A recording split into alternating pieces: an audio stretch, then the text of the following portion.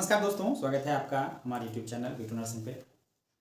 दोस्तों, आज एक महत्वपूर्ण विषय पे वीडियो बना रहे हैं जो कि आप ही लोगों का डिमांड था। बहुत सारे बच्चे हमारे पास मैसेज कर रहे थे सर कि बिहार से MSc नर्सिंग और पोस्ट BSc नर्सिंग, क्योंकि आपको पता होगा कि बिहार में बहुत सारे ऐसे बच्चे हैं जो GNM कर चुके हैं और GNM के बाद वो एक अच्छे कॉलेज की तलाश में है जहाँ से वो अपना पोस्ट BSc नर्सिंग कंप्लीट कर सके। सेम वही बात है BSc नर्सिंग वाले स्टूडेंट का, वो भी अच्छे कॉलेज ढूंढ रहे हैं जहां से वो अपना मास्टर डिग्री यानी कि MSc नर्सिंग अपना पूरा कर सके। तो इसी विषय पे आज मेरा ये वीडियो है और आपको वीडियो लास्ट तक देखना है, क्योंकि इसमें बहुत सारे डाउट्स जो है आपके क्लियर हो जाएंगे। क्योंकि बहुत सारे बच्चे अभी बिहार में ऐसे हैं जो कि ये सोच करके एडमिशन नहीं करवा रहे हैं कि अभी आने वाला जो वैकेंसी है BTSC के माध्यम से या किसी भी विभाग के माध्यम से, किसी भी आयोग के माध्यम से, तो बहुत सारे बच्चे ये सोच रहे हैं कि अगर हम अभी अपना एडमिशन करवा लेते हैं, ठीक है, और एक साल होते होते कहीं ना कहीं अगर उस बच्चे का जॉब लग जाता है, ठीक है, क्योंकि वैकेंसी तो आनी ही है, चाहे आपका वो फर्स्ट ईयर कंप्लीट हो जाए या उससे पहले ही आ जाए। हालांकि जब तक आप ज्वाइन करोगे तब तक तो ऑलमोस्ट एक साल जो है आपका कंप्लीट हो चुका होगा। तो हम इसी विषय पे आज बात करेंगे कि क्या होगा अगर आपने एडमिशन करवाया है पोस्ट BSc नर्सिंग में या MSc नर्सिंग में और उसी दौरान आपका जॉब लग गया, तो उस स्थिति में विभाग की तरफ से क्या गाइडलाइन है, इसके लिए आपको क्या करना पड़ेगा, क्या आपको जॉब छोड़नी पड़ेगी या फिर आपको कोर्स छोड़ना पड़ेगा। तो दोनों विषय पे जो है हम आपको एक डिटेल, एक बहुत ही अच्छी जानकारी देने का प्रयास करेंगे। तो आप चैनल पे अगर आए हैं तो जरूर चैनल को सब्सक्राइब कर लीजिए ताकि इसी तरह से इन्फॉर्मेटिव वीडियो आप तक पहुंचती रहे। तो सबसे पहले हम बात करेंगे कि पोस्ट BSc नर्सिंग और MSc नर्सिंग, ठीक है, जो GNM कैंडिडेट हैं जिन्होंने अपना GNM कंप्लीट कर लिया है, अगर वो पोस्ट BSc नर्सिंग करना चाहते हैं तो वो ईजिली, हम पहले बिहार की बात करेंगे, उसके बाद बिहार से बाहर के जो कॉलेज हैं हम उसके बारे में बात करेंगे, ठीक है। तो बिहार में अगर आप करना चाहते हैं और आप बिहार से बाहर से अपने GNM किया है तो आपके पास रजिस्ट्रेशन होना अनिवार्य है। हालांकि दोनों ही स्थिति में आप चाहे बिहार से नर्सिंग कर रहे हैं, GNM किए हैं या फिर बाहर से किए हैं, आपको दोनों ही स्थिति में रजिस्ट्रेशन का होना अनिवार्य है, ठीक है, पहली बात। दूसरी बात कि अगर आप बिहार के बाहर के राज्य से आपने GNM किया है तो उस स्थिति में आपको रजिस्ट्रेशन के साथ साथ आपके पास NOC भी होनी चाहिए। NOC आपके जो काउंसिल है, जैसे आपने मध्य प्रदेश से अगर GNM किया है तो मध्य प्रदेश नर्सिंग काउंसिल आपको एक माइग्रेशन सर्टिफिकेट देती है, जो कि माइग्रेशन सर्टिफिकेट आपको जहाँ से आप पोस्ट BSc एडमिशन लिए हैं, जहाँ आप पोस्ट BSc कर रहे हैं, उस संस्थान में जमा करना होता है, ठीक है। और उसी तरह से अगर आपने BSc नर्सिंग अगर आप बिहार से बाहर से कहीं से भी किए हैं, चाहे झारखंड हो, UP हो, मध्य प्रदेश हो, तो वहाँ के काउंसिल से आपको माइग्रेशन सर्टिफिकेट इशू कराना होता है और उस माइग्रेशन सर्टिफिकेट को आपको बिहार के जो इंस्टीट्यूट में आपने एडमिशन लिया है वहाँ पे जमा करना होता है, ठीक है। बिहार में ऐसा होता है कि जब तक आपका रजिस्ट्रेशन यानी कि इनरोलमेंट नहीं होता है तब तक माइग्रेशन के लिए आपके पास समय मिलता है, तब तक आप माइग्रेशन सर्टिफिकेट ला के दे सकते हैं रजिस्ट्रेशन से पहले तक। अगर रजिस्ट्रेशन के बाद, रजिस्ट्रेशन होने तक अगर आप माइग्रेशन नहीं दे सकते हैं तो आपका जो एडमिशन है वो कैंसिल हो जाएगा, ठीक है। यही स्थिति अभी मध्य प्रदेश में बनी हुई है, जिसमें 19-22 सेशन के जो बच्चे हैं उसका माइग्रेशन और NOC अभी तक पेंडिंग है, जिसके वजह से ना कहीं वो पोस्ट BSc में एडमिशन ले रहे हैं और ना ही रजिस्ट्रेशन कहीं ट्रांसफ़र करवा पा रहे हैं, ठीक है। तो एक तो आप कॉलेज सिलेक्शन कैसे कीजिएगा, पहली बात हम पहले बिहार की बात कर लेते हैं कॉलेज सिलेक्शन को लेकर के,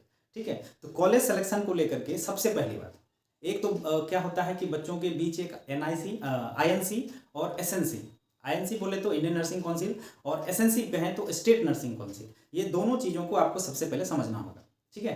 तो INC में क्या होता है कि अगर कॉलेज INC से अप्रूव्ड है, ठीक है, तो सिर्फ एक ही वजह है जिसके लिए INC कॉलेज की आवश्यकता होती है, तो वो है आपका registration transfer to the other state, ठीक है। अगर आपने मध्य प्रदेश से किया है या UP से किया है या झारखंड से किया है, तो अगर आपका कॉलेज INC अप्रूव्ड था तो आप जो है अपना रजिस्ट्रेशन ट्रांसफ़र किसी भी स्टेट में आसानी से करवा सकते हैं।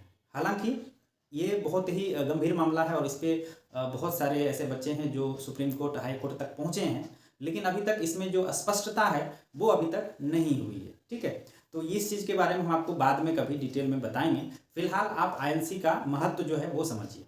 तो INC होना सबसे बड़ी बात यही है कि आप अपना रजिस्ट्रेशन जो है किसी भी स्टेट में आसानी से ट्रांसफ़र करवा सकते हैं। ठीक है।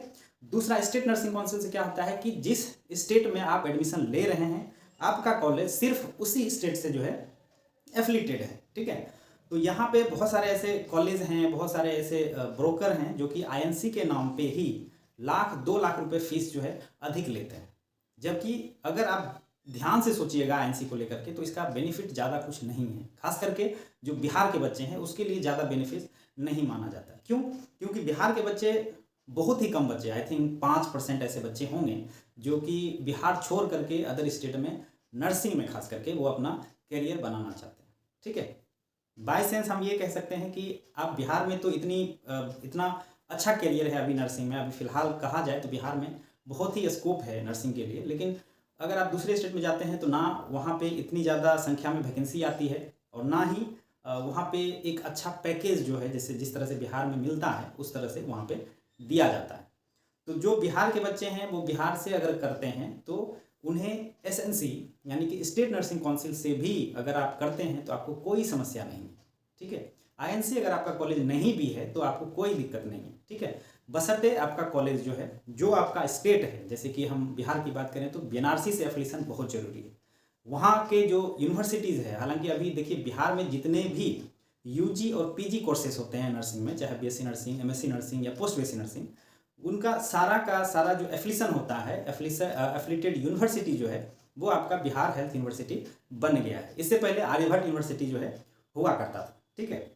उसके बाद जो लोग ये सोचते हैं कि सर अगर हम एसएनसी से करेंगे तो क्या हम एम्स नॉर्सेट की जो वैकेंसी आती है, उसके बाद रेलवे की वैकेंसी आती है, उसके बाद बहुत सारे ऐसे हॉस्पिटल हैं बिहार से बाहर जो सेंट्रल लेवल के हैं।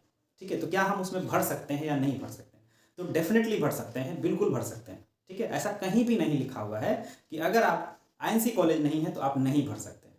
आप एडवर्टाइजमेंट में देखिएगा तो उसमें साफ साफ लिखा होता है या तो आपका कॉलेज आईएनसी से अप्रूव्ड होना चाहिए या आपका कॉलेज जो है एसएनसी से अप्रूव्ड होना चाहिए। ठीक है। सेंट्रल गवर्नमेंट के जितने हॉस्पिटल हैं उसमें आपको स्टेट नर्सिंग और आईएनसी दोनों का जो वैल्यू होता है, उसकी जो मान्यता होती है वो दोनों बराबर होता है। ठीक है। तो इस पर बिल्कुल नहीं जाना है आपको। आईएनसी आपको तभी काम आएगा जैसे कि बिहार के रहने वाले हैं, आपने बिहार से नर्सिंग किया है और आपका कॉलेज आईएनसी नहीं था।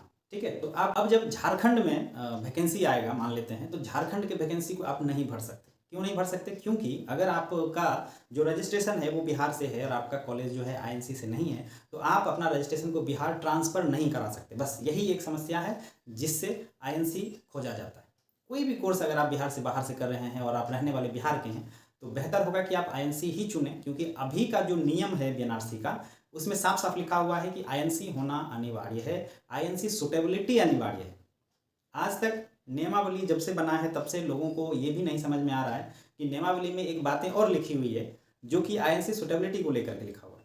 आप समझिए कि आईएनसी सुटेबिलिटी की महत्व इतनी है कि वो नियमावली में अपना जगह बना लिया है।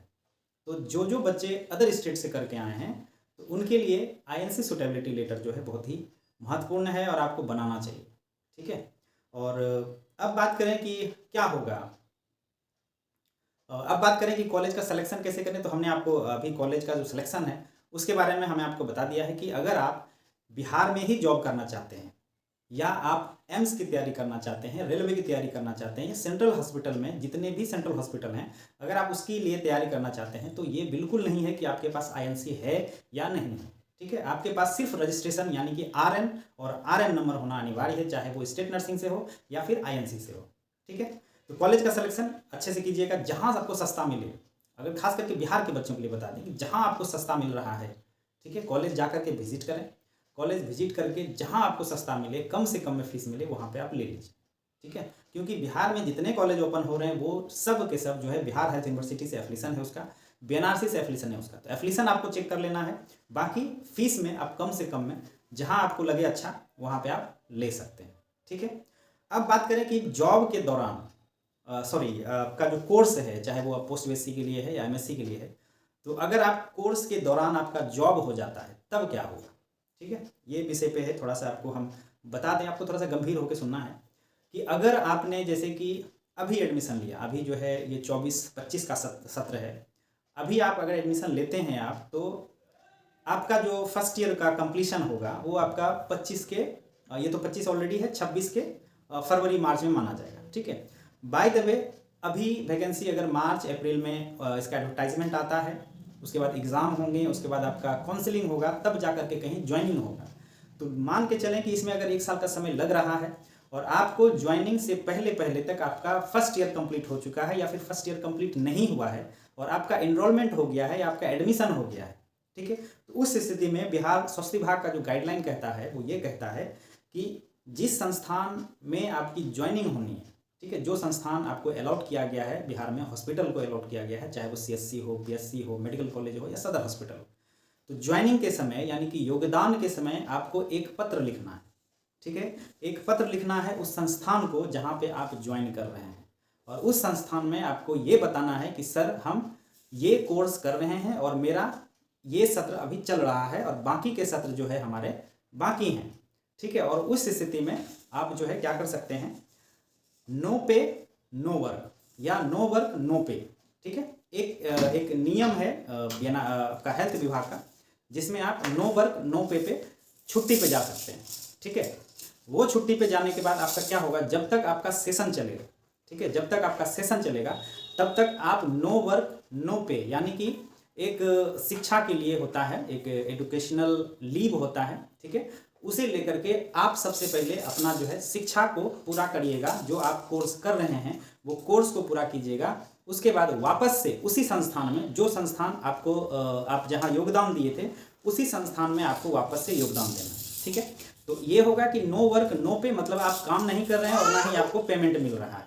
ठीक है, तो ये छुट्टी से आने के बाद आप उसी संस्थान में वापस से योगदान दे सकते हैं और योगदान देने के बाद वापस से आपका जो जॉब है वो कंटिन्यू चलता रहेगा। बस यही एक नियम है कि आपका जितने बचे हुए हैं, मान लेते हैं कि 1 साल कंप्लीट हो गया, ठीक है, तो 1 साल का छुट्टी आपको वापस लेना पड़ेगा।